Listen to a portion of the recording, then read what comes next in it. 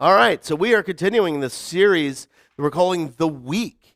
And I am all like, let's be honest here. This is the most Chris Escher sermon series that ever existed. Like, what we are doing is we're interweaving the days of creation with the days of Holy Week, right? Like and this could be my magnum opus type of thing, right? Like, it's all downhill from here. And it's some of you are like, that's a pretty low down, like that's pretty low there. But basically, like, we're looking at all this compared to Holy Week, and we see the first day of creation is let there be light. But even before that, there was darkness, and God's Spirit was hovering over the sea, and that whole scene is called tohu vavohu in Hebrew, which kind of means formless and void, wild and waste, this darkness and just terribleness. This is all around there. And in the midst of all of that, God says, let there be light. And the first day of Holy Week is Palm Sunday, when Jesus comes as the light of the world into Jerusalem on the back of that donkey. And he comes into that city of Jerusalem that thought they were the city of light shining on the hill, but we know that they are not. That's a city of darkness, actually, right? To Jesus as the light of the world is coming into that. And the first place that he goes after that is into the temple, where he finds all these merchants buying and selling things for the temple. And it's just a scene of chaos. And he flips over the tables. He flips over all these tables as he goes over, and he reigns in the chaos, just like the second day of creation, when God separates the waters. And the waters, just as we talked about with Hunter a little bit, the waters in the Hebrew theology in the Old Testament, the waters are kind of this place of danger and chaos. And when God separates the waters and creates the sky above it, it's almost like we bob up to the top and we can finally overcome the chaos of our own lives and be able to breathe again. Like, and then day three, which Betsy read just a little bit ago, and it says, and God said, let the water under the sky be gathered into one place, and let the dry ground appear. And it was so. And God called the dry ground land, and gathered the waters. In the gathered waters he called seas. And God saw that it was. This is a thing we do. Sorry, guys. Like that. That's for those of you that are new, right? Like that's God saw that it was good. Like that. This is great. Now notice what he's doing with the seas. Remember this metaphor that we are operating under is that the seas kind of represent chaos, that represent things that are outside of the will of God. And notice what God is doing. That before all the creation, the sea was just uninhibited. And then light became shouting. And then he reined in the seas more and created sky. And now he's putting boundaries around the sea. You see it? Do you see the sea? The sea? See? Right? Like, do you see? Yeah, like that. That's Jose. Can you see? Like that. See? That's what he's doing. You can see it there, but it doesn't stop with just barren, dry ground. He says, then God said, let the land produce vegetation, seed-bearing plants, and trees on the land that bear fruit with seed in it, according to their various kinds. And it was so. And the land produced. Other translations translate this really well. It says, and the land sprouted, right? Sprouted vegetation, plants bearing seeds according to their kinds, trees bearing fruit with seed in it according to their kinds. And God saw that it was good. Yeah, and there was evening and there was morning, the third day, right? Like it's all, like, notice what it is. It's not just dry ground, but he's raining in the seas even more, and he's creating this like beautiful, like sprouting gardens of fruitfulness, right? Like the Garden of Eden is this garden of like so much abundance coming out of the creation, right? It's like this beautiful botanical garden that is sprouting up everywhere. It's almost like it cannot be hindered. It's so much. And this idea there of fruitfulness is a key idea all through the scriptures. Like that's all through it. It is a sign of how God is working in the world, and that when we are being faithful, that we are being fruitful, right? Like that's, and the thing is that we kind of went away from the fruitfulness. We, like, our kind of sinfulness has brought us away from it. And in our sinfulness, it's almost like we roll back the fruitfulness of the creation, roll back the barriers of the sea, kind of roll back the light, right? Like that, we're kind of going back to tohu vavohu. I mean, Adam and Eve had 2 kids, remember? And Cain and Abel. And Cain killed Abel. Like rolling back in that sea over there, we recognize that there is a problem with all of that. But the Hebrews always looked to fruitfulness. So much so that when they were given the plans to build the temple, God's temple, or the portable temple, which was called the tabernacle, it consisted of so much color, like all these different threads and all that. And that was to show abundance. It was to show fruitfulness. When they built the big permanent temple, like it had reliefs all over the walls that showed fruit trees and showed the abundance of God's creation all around. And so the question is what does fruitfulness look like? If you were to describe what a fruitful life looked like, what does it look? We saw some of it last week in what Jesus did. Remember, he looked in the temple, and the temple is just the scene of chaos, and all these people are buying and selling. They're selling doves and lambs, and there's, all this stuff to support the temple and its functions. But he's like, this isn't the way. And he begins to overturn all their tables, and you see the fruitfulness right after that in who he brought in to the temple after he kicked out all those buyers and sellers. It was the lame and the blind and the outcasts of society, and he healed them and told them that God is with them. The fruitfulness is what we see is in how we treat our neighbor, right? That God treats us like we are a good neighbor. And so we are to do the same, right? Like that. And you can see, like, so in our Bible study on Thursday, we just went through Amos. And Amos is kind of an itinerant preacher, right? He's kind of like this crazed guy. But he really explains what fruitfulness looks like, especially in the Old Testament, just in the Bible, right? And so this is like a verse out of Amos. Hear this, you who trample the needy and do away with the poor of the land. Like he's calling out Israel, right? He's calling out. And Jesus, and like Jesus has done that to the temple. He's like, you guys are just trampling on the needy, and you're pushing the poor into the outskirts of even the temple of God. Like and Jesus is calling this out. So right after Jesus does this, he leaves and goes to Bethany for the night. He leaves and goes to Bethany, and in the next morning, he goes from Bethany, he's traveling back to Jerusalem. Now, you got to understand what's happening here. When you're going from Bethany to Jerusalem by foot, you have to walk uphill the whole way into Jerusalem, because Jerusalem is built on the side, on this big hill, and the highest point of the hill is where the temple is. And they call that the Temple Mount. Maybe you've heard that in the news, by the way, like the Temple Mount, like over there. That's where that is where he's looking at. So Jesus is almost like he's walking in the shadow of the temple as he's walking up there. And as he's walking to the temple back into Jerusalem, he's hungry. And he wants some breakfast. He's like, I'd like some fig Newtons. You guys like fig? I think you guys have some fig Newtons out there, right? Like that's he wants some fig Newtons, and he sees a fig tree. Let's see if there's some Newtons on there, right?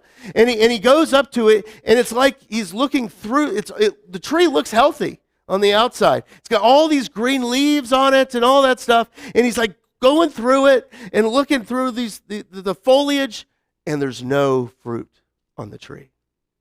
There's none. Like that, and so we can read about it. It's like, seeing a fig tree by the road, he went up to it, but found nothing on it except for leaves. He's like, there's no fig Newtons. Like, what am I going to have for breakfast, right? And he says, may you never bear fruit again. And immediately the tree withered. Goodness, Jesus. You know, like that's like that. That's what are you doing? Like, why are you angry about all of this? Like maybe he's not angry. Maybe it's kind of like the overturning of the tables. There's something else going on. Have you guys heard of the citrus greening disease? Have you guys heard of that? Yeah, this is a huge issue with Florida citrus right now. Like it's a disease in our citrus trees, and we are way down in production from where we were even 10 years ago? Something like that. You guys that know what's going on, and basically it's a disease that hits a citrus tree, and it can spread to other trees around it. And what happens though is that when it first hits the tree will still have all the leaves on it. And it'll look healthy, but it stops producing good fruit. Right? And as soon as the farmer sees that, because it looks healthy, like it's over there, he's like, he like over there, he cuts it down and throws it into the sea. Like, maybe not the sea, but you get what I say, right? You understand when we're using metaphors here, right? Like that's he throws, he like cuts it out and burns it and all that stuff. It's like doesn't want any of that. Like, it looks fine. It looks like it's serving its purpose, but there's no fruit. When we look at the temple of God and what the people are doing, then they are going through all the pomp and the circumstances. They look great. What mighty buildings they have. They're producing, but are they producing any of the fruit? No. And Jesus has to drive God's people out and overturn the tables to bring the lame and the poor into the temple to make them fruitful again. This is also what Amos says. A prophet in the Old Testament. It's crazy. He's speaking for God here, and he's like, I despise your religious festivals. Your assemblies are a stench to me. Even though you bring me burnt offerings and grain offerings, I will not accept them. Though you bring choice fellowship offerings, I will have no regard for them. Away with the noise of your songs. I will not listen to the music of your harps, but let justice roll on like a river and righteousness like a never-failing stream. It's tough verses, right? And that's how the law of God oftentimes works, is that it causes us to look in the mirror. Because we are called to bear fruit for our neighbors, for the disenfranchised around us. We are called to bear fruit for them. But do we? Yeah? How many times do we just go through the motions, right? I don't actually have to bear fruit in caring for my neighbors. How many times do we just give God lip service? Don't actually follow him. This is a terrifying text because it forces us to ask a question. What about my tree? What about this church? What about my life? It's incredibly easy to grow leaves of religion. We know how to show up on Sunday morning. I appreciate you guys doing that, by the way. We know when to stand, when to sit, especially when I'm telling you what to do, right? We know what hymns to sing, at least sometimes. We can put on magnificent displays of spiritual foliage. We look great from a distance. But as soon as you draw close and start looking for the fruit amongst the foliage, what do we find under the leaves? Do we find love of neighbor? Do we find patience for our spouse? Do we find genuine sorrow for our sin and desperate to cling to Jesus? Or do we find that we look good and holy, but actually we're just regressing in the creation back to the chaos in the seas of darkness?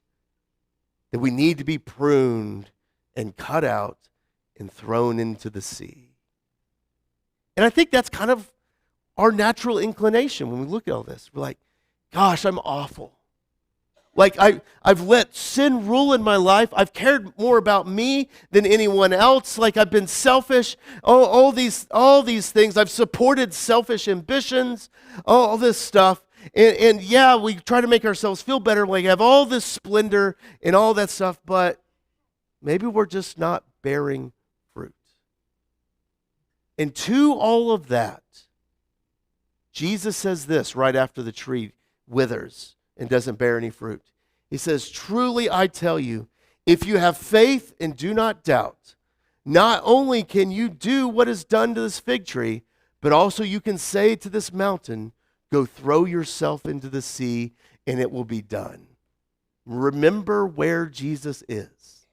He's walking from Bethany to Jerusalem, which is a trudge up a hill, and he's looking up, and it's called the Temple Mount, where he just overturned all of those tables and all this stuff. What is Jesus saying there? That if you have enough faith, you can take that temple and you can throw it into the sea. Think about what we know about the sea now. How it's this place of chaos and disorder and throwing away. By the way, just as a quick aside, you know in Revelation, you have that the pit that the evil gets thrown into?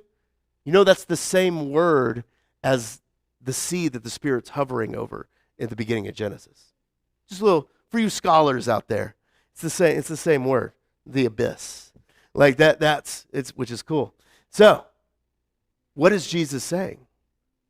He's saying that there's no hope in that temple. Throw it away. There's no hope in our fruitless religion. Throw it away. This building, there's no hope in here. Throw it away. Our AC units, we may put some hope in those, but there's no hope there. Throw it away. Our songs that we sing, there's no hope in the songs. We can throw it away. The problem is that we put our faith, our hope, and our trust in how we can show these spiritual leaves rather than seeing how God has called us to fruitfulness. And what we can see is that God has called us to sprout in all of these things, from the building to the AC, to the baptismal font, to all of this. It's in service to the people that are here. And that our fruitfulness is in service to the people here. But we often look at ourselves and we're like, yes, but I don't deserve any of this. And that's where Jesus comes in. Where Jesus comes to each one of us and looks at our barren trees and takes our barren tree from us and exchanges it with his fruitful tree. And he climbs upon that barren tree of the cross, and he dies for all of us. This is all old Christian imagery where Jesus dies on the cross. This is all wrapped up in these ideas of fruitfulness. Like that's and all that stuff. And he comes and he takes our barren tree away. He comes and takes ours, and he dies on the midst of that barren tree for us. God, the creator of light, the separator of the waters, and the creator of all fruitfulness, exchanged his tree of fruitfulness for a barren one of us. And in doing so, God, the author of light himself, dies. Life itself dies. And it's almost like when you read the crucifixion account of Jesus, it's rolling back the creation. The seas are becoming all the more. The darkness is coming over, and it seems like chaos is reigning as everyone is shouting, "Crucify, crucify, crucify." And where Peter is denying 3 times. But when all of this seems like tohu vavohu, seems like formless and void, seems like chaos is ruling and reigning all around, God speaks creation into nothing yet again and goes, "Let there be light. Let there be a separation of waters." And he says, "Let the earth sprout." And the light fills the tomb of Jesus, and he comes out of the tomb. And I love the Gospel of John for this, because the first woman that was crying outside the tomb in the Gospel of John thinks Jesus is a gardener. Let the earth sprout, right? Like bring forth the earth and the fruit and the light and the abundance of the creation for you and me with forgiveness and grace. Listen, life is hard. It just is. Sometimes some of us just get a bad shake at stuff. And sometimes it's easy, and sometimes all you got is just the emotions to pretend like you're producing that fruit. Sometimes that's all you got. But God the Father is speaking to each one of you. Let the earth sprout. Let you sprout. And by his Spirit, he's producing all kinds of fruit and vegetation inside of you. You have been joined and raised with Jesus. And the beautiful part now is that as a pastor here, I get to see how the Spirit of God works through all of us, all of you. I get to see how God's command by the Spirit into each one of our lives when he says, "Let the earth sprout." I get to see it when people have all these conversations with me about a vicarage program with a Haitian. Were you even thinking about that 6 months ago? I wasn't. Unreal. Or I get to hear God say to each one of you when he said, "Let the earth sprout." And we built an Alzheimer's daycare. And can you believe what happened with that? We built something that old people deal with. And since then, kids have come into here. It makes no sense. Let the earth sprout. And I get to hear about how God has come into each of your lives. And you get to tell me, "I had this conversation.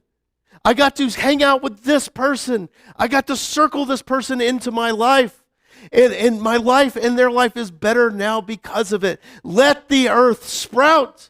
And the new creation has come in as I hear from you that it's like our lives are better. We have forgiveness of sins now, and I'm able to walk upright. Let the earth sprout as I hear story after story how you guys have poured into each other here and people outside of you and doing things that only the Spirit of God can do through you.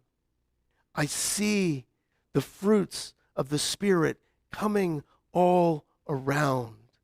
Let the earth sprout. Make it see all around the fruitfulness around me, and it's beautiful. And there was evening, and there was morning, the 3rd day. And that's good news. Let's say a prayer. God, we thank you that you love us, that you're with us, that you've guided us along your paths.